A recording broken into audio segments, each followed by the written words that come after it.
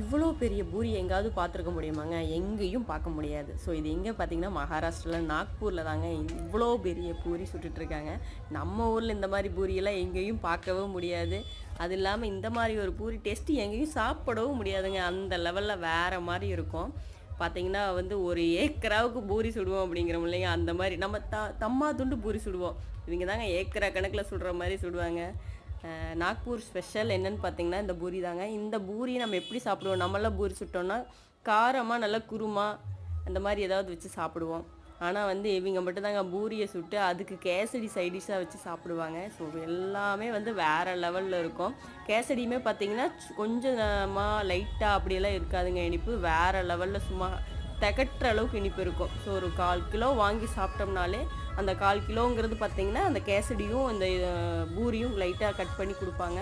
அந்த ரெண்டையும் மிக்ஸ் பண்ணி, அதாவது பூரிக்கு தொட்டு சாப்பிட்ற மாதிரி தான் இது வந்து கேசரி கொடுப்பாங்க. வேறு லெவலில் இருக்கும். ஸோ நாக்பூர் வந்தீங்கன்னா மறக்காமல் ட்ரை பண்ணி பாருங்கள், சூப்பராக இருக்குங்க.